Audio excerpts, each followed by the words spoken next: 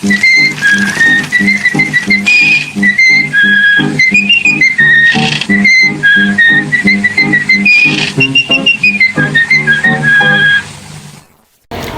guys, kita dari kelompok KAS. Aku Kezia, Aku Arina. dan aku Salwa. Hari ini kita mau ngapain sih? Iya nih, tumbennya kita ngobrol-ngobrol kayak gini. Jadi hari ini tuh kita mau bikin podcast tahu tentang COVID-19.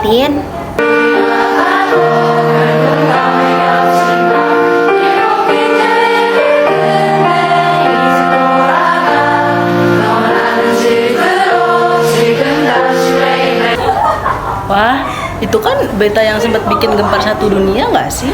Betul banget. Kira-kira awal mula COVID-19 tuh gimana sih?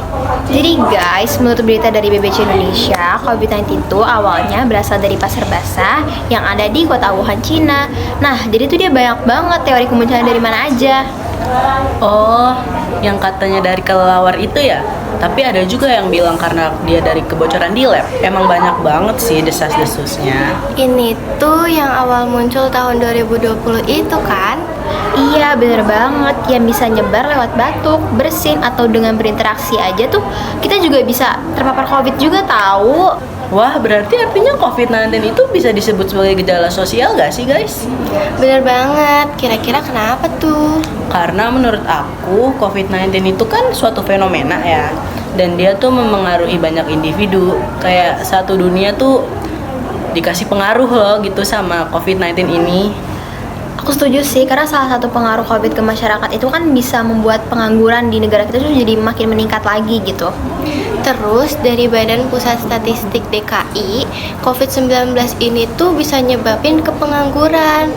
Dan tempat mereka kerja itu ngasih pembatasan sosial berskala besar sampai ada yang di PHK juga loh. Ih, serem ya. Berarti dampak dari itu bisa bikin mereka jadi pengangguran kan? Tapi pengangguran itu apa sih? Jadi pengangguran itu sebuah golongan kerja yang belum menghasilkan uang. Kasus pengangguran ini juga mempunyai dampak yang terkait pada perekonomian maupun kehidupan masyarakat. Berarti kalau udah jadi pengangguran gitu, mereka jadi punya kekurangan buat mencukupi kehidupannya dong? Ya dong, karena jangka waktu yang cukup lama, banyak dari masyarakat mengalami kemiskinan. Nah, berarti kemiskinan itu adalah keadaan di mana seseorang tidak sanggup memelihara dirinya sendiri sesuai dengan taraf kehidupan dan tidak mampu memanfaatkan tenaga mental mereka maupun fisiknya dalam kelompok tersebut. Tapi kalian tahu nggak sih, dengan adanya kemiskinan ini juga bisa terjadinya kesenjangan sosial tahu?